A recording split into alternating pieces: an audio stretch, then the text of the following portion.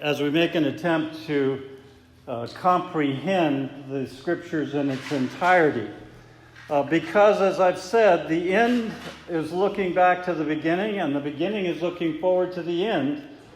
And actually, we could almost make a game out of this. I've been tempted to do it sometime, which is to say, you show me any page in the Bible, and I will show you that it is looking back and it's looking forward. It's everywhere in Scripture. Now, that may be a bit of hyperbole. There may be some pages where that's hard to find.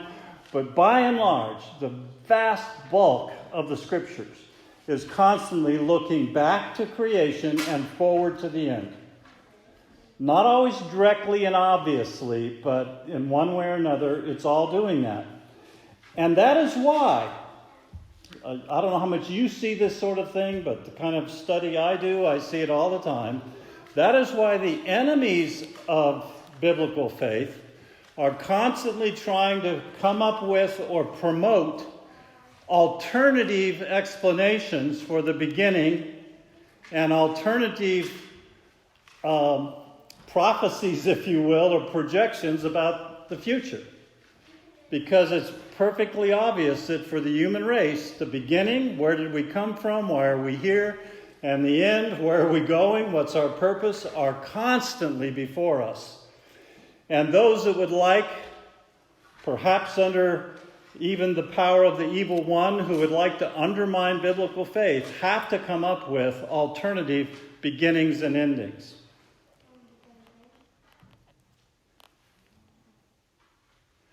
Last night, Les and I watched on public television a fascinating hour-long documentary on the effort to land a probe on a comet. Have you seen that? We sat there and looked at the dates. They were doing this in 2014, and Les and I are saying, I don't remember this being in the news. It was like a 10-year-long project. And they did it. They landed a probe on a comet, traveling at thousands of miles per hour through space. But they had no sooner landed it and got a few replies, back from the probe, than it went dead in 2015, and they haven't heard from it since. So all the things they had hoped to do and learn, they didn't learn because it went dead on the comet. But one of their goals was to see if they could show that the basic building blocks of life, particularly amino acids, were seeded on Earth by comets. Now, I'm fine with that. I'm fine with that research. I'm fine with all those incredible technological feats that enabled them to land on that comet. But I also, underneath that, I say, but there's also a philosophical undercurrent here. We've got to find a completely natural, no-God explanation for the one thing that scientists are practically clueless about. How did life get started on Earth?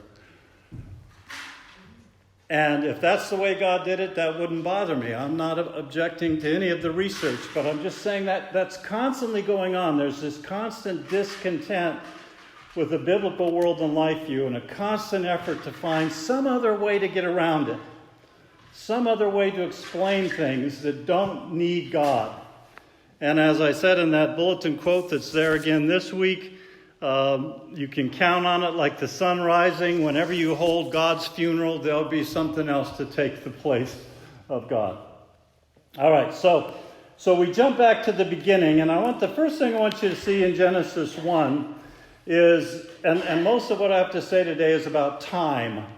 Time, which continues to be one of the great wonders and mysteries of our experience and something we all lean upon, and we have all kinds of electronic devices to monitor it, to measure it for us. But the physicists will tell you we live in a world without time, that all of our concepts of time are illusions. And yet, time is fundamental to being a human.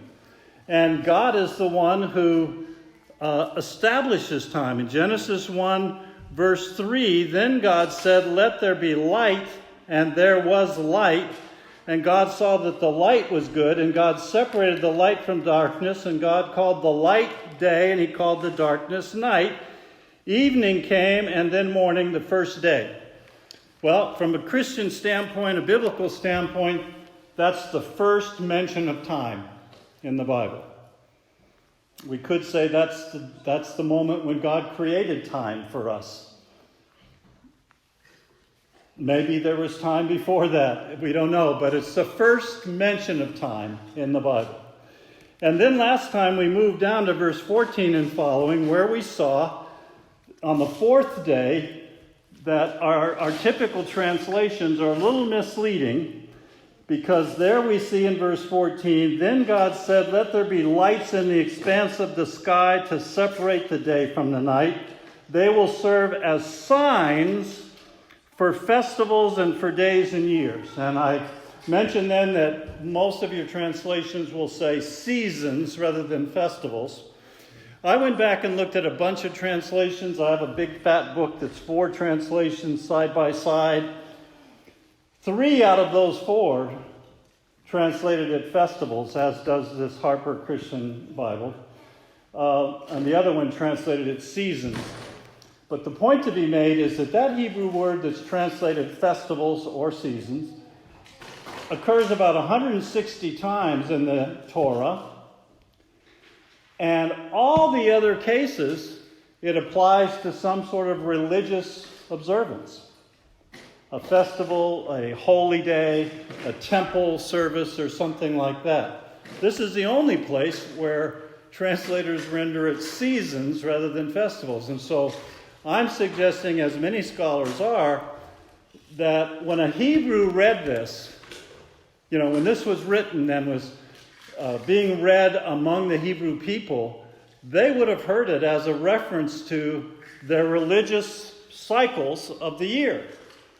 And when they saw that the lights, and the text is careful not to say sun and moon. It says luminaries and lights, because all those ancient Near Eastern people around them were worshiping the sun and the moon and the stars.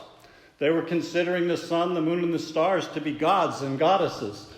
And this is a direct, or shall we say an indirect and not so subtle rebuke of all of those views, as it says, God creates the heavenly lights and also the stars, almost like an afterthought.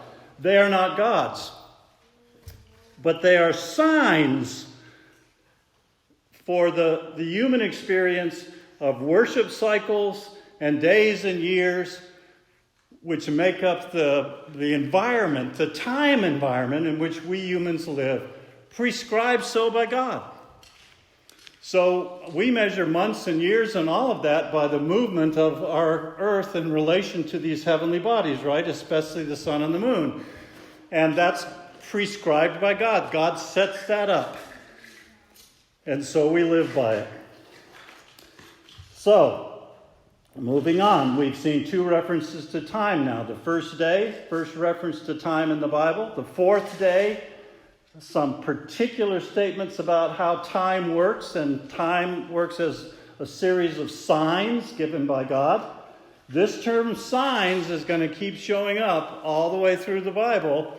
And when you get to the New Testament, when God becomes flesh. Now, we went through the Gospel of John together some time ago, and I'll remind you that throughout John's Gospel, let's back up. In John's Gospel, John begins the story of Jesus exactly like Genesis 1, right? Genesis 1 begins with the words, "In the beginning, God." John 1:1 begins, "In the beginning was the Word," or the Logos. "And the Word was with God, and the Word was God." Clearly, John is deliberately writing his gospel in a way that he wants to tie it back to the creation itself. And then he'll go on in the next verses to say everything that was created by him and for him. And then he'll go on further down to verse 14 and say, and the Word, the Logos, the Word, became flesh and dwelt among us. The Greek word is tented among us, which is almost certainly an allusion back to the tent tabernacle in the wilderness. Some want to say it could be rendered he tabernacled among us. So that connection is being made to Jesus back to what we're reading in Genesis 1 and through the Exodus story. But then the rest of John's gospel will keep talking about signs. John will constantly call Jesus' miracles signs, which may also be in his mind a connection back to God putting out signs. There are signs in the heavens.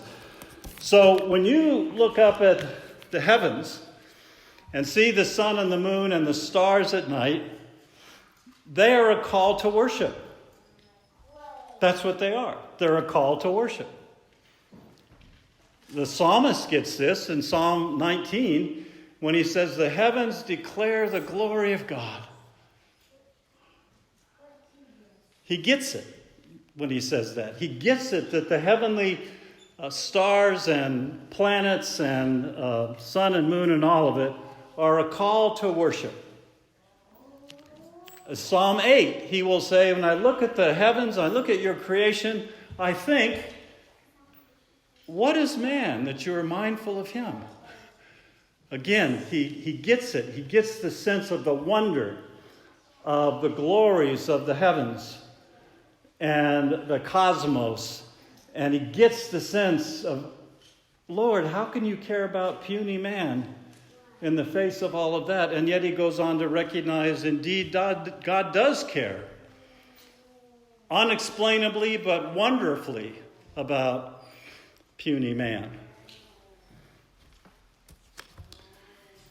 So, the prophets get this. In Psalm 66, the Lord says, heaven is my throne, and the earth is my footstool. Where is the house you will build for me? Now, God has prescribed prior to this time a tabernacle, a tent, temporary portable temple in the wilderness. Prescribed later the temple that Solomon built and gave all kinds of instructions about that, but also made it clear, but no matter what you build or what you do, even under my instruction, the whole heavens are my throne, and the earth my footstool. Where will my resting place be? But that's an important line. There's still in Isaiah 66:1. Where will my resting place be? And it's that we need to get a sense about as we look at the last part of the creation narrative, which says that when he had finished, chapter 2, verse 1 of Genesis, when he had finished the earth and everything in them, God completed his work, and he rested on the seventh day. God blessed the seventh day and declared it holy, for on it he rested from his work of creation. All of the ordering of things that is being described in Genesis 1, the putting order out of chaos, is moving toward that seventh day. And you'll notice a couple of things that commentators all the way back to the early church have noticed. That there's no evening and morning on the seventh day. The other six, there's evening and morning, evening and morning, evening and morning. God saw that it was good. But the seventh day, there is no evening and morning. Furthermore, the seventh day is the only day that has this expression, God blessed it. Blessed it. And declared it holy. Something different about this seventh day. The seventh day is not like the others. The seventh day is the time where God rests, not because God is tired, but because rest means something different in this context than the way we take it. We take rest to mean sit back on my easy chair, watch TV, give me the remote so I don't have to get up. or go to bed at night and rest. That's not the sense of rest in this context. Rest here has to do with, and there's a whole ancient Near Eastern context to this. Rest means everything is settled and in order. And now we have peace. You'll see this expression used later when Israel has gone into the promised land and they've been struggling and fighting against all these enemies around them. And they get to a point, especially under David's rule and then under Solomon's rule, when they have peace. They've conquered their enemies, they're no longer at war. And the text will say, and God gave them rest from all their enemies. That's the sense of rest. Not that they're not doing anything anymore, not that they're just lounging around doing nothing or that they're idle. It means they have peace. It means they have order. It means things are settled down the way they're supposed to be.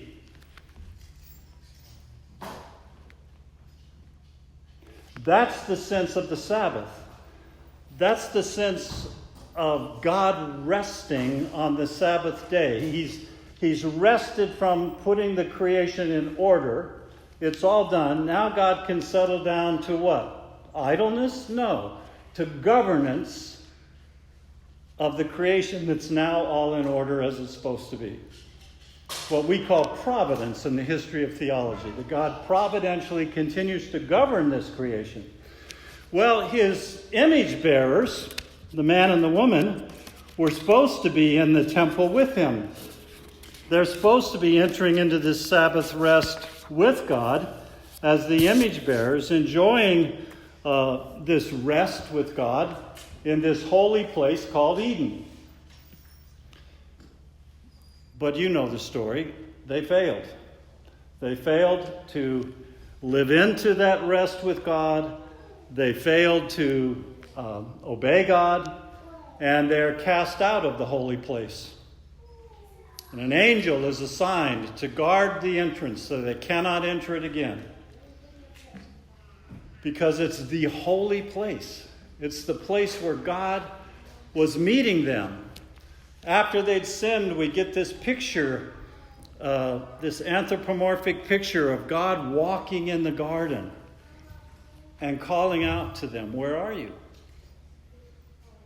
What have you done?" That's the sense of the holy communion with God. All right, so we're talking about this Sabbath day, this call to a special day set aside. It gets a bad rap in the history of Christian teaching because of all of the controversies that Jesus had with the Jews over Sabbath observance. And because of those controversies, Christians have tended to think the Sabbath doesn't matter. But it does matter. It does matter. It continues to be a sign for Israel of their covenant relationship with God. And he will call it that. He will call the Sabbath a sign of their relationship with him, just like the stars were a sign. And when he calls the one who has become the first Hebrew, the first Jew, Abram, who becomes Abraham, remember in chapter 15 of Genesis, Abram and his wife Sarah are still without a child. And God calls him out in the night. I'm quoting from Genesis 15:5. "Look at the sky and count the stars," God says. He would have seen a lot more stars than you and I see with his naked eye, because we have tremendous light pollution, and so much of the time, you look at some of my photos on Instagram where the camera is allowed to focus on one spot for several seconds, and you'll see many more stars in the picture than you see when you look up. The camera's able in that time to capture more light. But the light pollution keeps most of us from seeing many stars. Well, in that time, when light pollution was very low, hundreds and hundreds of years before Christ, when Abraham looked at the stars God says, look at the stars. Count them if you can. Your offspring will be that numerous, God says to Abram. You see again the signs in the heavens that God uses. All right, so the Sabbath is that other sign. And when Jesus has all kinds of controversies with Jews over Sabbath observance, he will heal on the Sabbath, and he'll get in trouble for it. What are you doing, healing on the Sabbath? His disciples will be walking through a field. They're hungry. Jesus is keeping them pretty busy. They grab some grain and just eat it as they go, eat on the run. And they get in trouble for that, for harvesting on the Sabbath.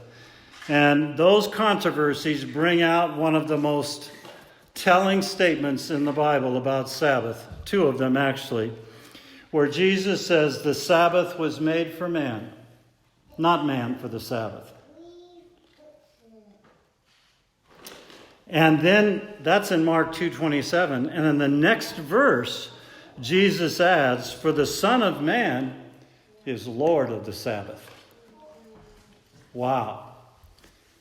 It's hard to put ourselves in the position of these very literalistic, fundamentalist Jews who are challenging Jesus about this. When they hear these words, this is like shock. Shock that he would suggest that he is Lord of the Sabbath, because they know their Bible. They know that over and over and over, when you read the Old Testament, God keeps saying, my Sabbath. My Sabbath, God will say. The Sabbath belongs to God. It's God's law. It's in his 10 commandments and so on. How can he say that he is Lord of this Sabbath? The word Sabbath in Hebrew just means something, literally it means something like stop or cease or quit what you were doing, something like that. It's an interruption, it's a time interruption of this constant pressure that we humans feel to do things, to accomplish things, to make a living. Years ago, after my first wife died and I left the ministry for a few years and worked as a photographer, I got really used to that expression. You'll read it often in business type literature. Time is money. Do you know that expression? Time is money? Yeah. That's not biblical. Yes, we have work to do. And God understands that we have work to do, and he calls us to do our work. But time is not money. Time is a gift. Time is a gift of God. And he knows that if we don't set ourselves up to some kind of schedule where we deliberately stop what we're doing and turn our attention to God, we will run ourselves into the ground, neglecting the orientation that we ought to have toward reality, that we will cease to believe in God, we'll cease to care about God. Now, we Christians in the New Testament era are not under the same Jewish rules about Sabbath keeping. And the church struggled with this in the early centuries because they began changing the day of worship to Sunday because that's when Jesus rose from the dead. And they couldn't always do what we do, like set a nice convenient morning time on Sundays, because many of them were servants and slaves and laborers, common laborers, who did not have a choice about, when they worked. So you will see as you read the book of Acts that they were meeting at night sometimes, any night of the week. You have that famous story, remember, where Paul's preaching in some upstairs room, and it's evening, and one of the people sitting in a windowsill listening to Paul falls asleep in the window and falls from the second floor. That tells you, that's a little, little vignette into what's going on there. These are working people. They're trying to meet together as Christians and learn from a good teacher, Paul in that case, as much as they can, but they're tired. They're struggling. And you don't get the New Testament apostles ever saying to them, well, you just have to quit work on Sundays and set that up. We are blessed in our culture that we have all this Christian heritage of centuries of it in the West that started systematically and culturally setting aside Sundays so we'd have the freedom to gather and worship on Sundays. It's a good pattern. It's not a pattern we must follow. John Calvin, in the Reformation period, the founder of Presbyterianism, was very clear that he did not call Sunday the Sabbath in the Jewish sense. And he understood there are lots of issues, and he had all kinds of meetings through the week. But our forefathers could see that this pattern was good for us. And so we're still blessed to enjoy it to some degree, though it's getting impinged upon more and more. We're in a time that calls for silence, and I couldn't help but think about Habakkuk, the prophet Habakkuk, who's struggling with the issue of God's governance of the world. He's troubled by the way evil people prosper and the righteous suffer. He's troubled by the fact that there's so much injustice, and even evil nations, pagan nations, idolatrous nations are allowed to have victories over Israel to punish Israel for its many sins. But then he says in chapter 2, verse 20, but, after all this thought, he says, but the Lord is in his holy temple. Let everyone on earth be silent in his presence. That's such a telling statement. With all of his struggle, and we're faced with struggles like that, are we not? We are in a culture right now that is on fire in more ways than one, struggling and fighting and divided, and many problems before us, and some of them may get worse before they get better. And now this virus on top of all of that. It's a time to say, the Lord is in his holy temple. Let all the earth be silent in his presence. There's a time for silence. There's a time for preaching. There's a time for doing what I'm doing right now. There's a time for witnessing. There's a time for prayer, but there's also a time for silence before God. Silence, waiting for God to speak. Okay, I want to turn your attention as we talk about Sabbath to Isaiah 58, because it gives us some insights here.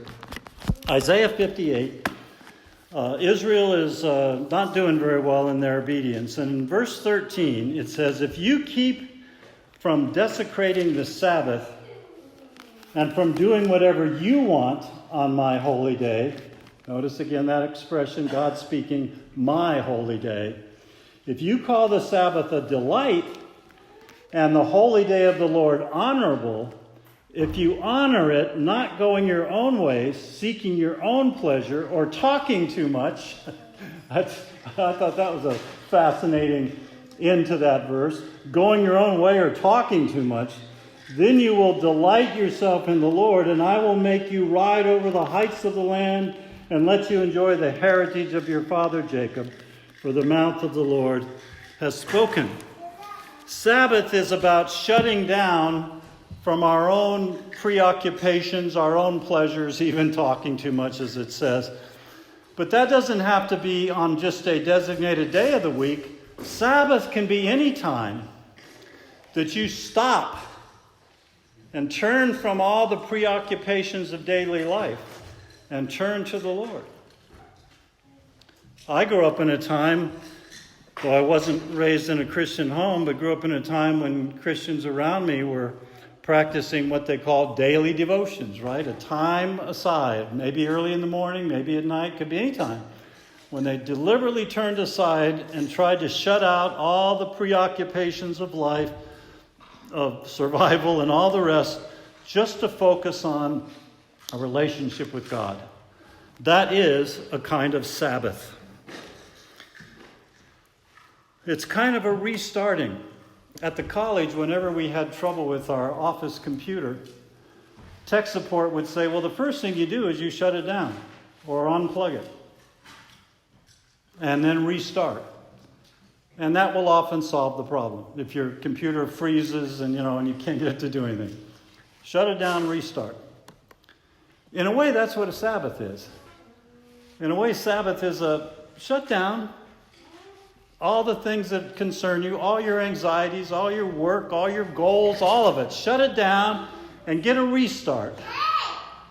Every day would be great to do that as we refocus on what matters from God.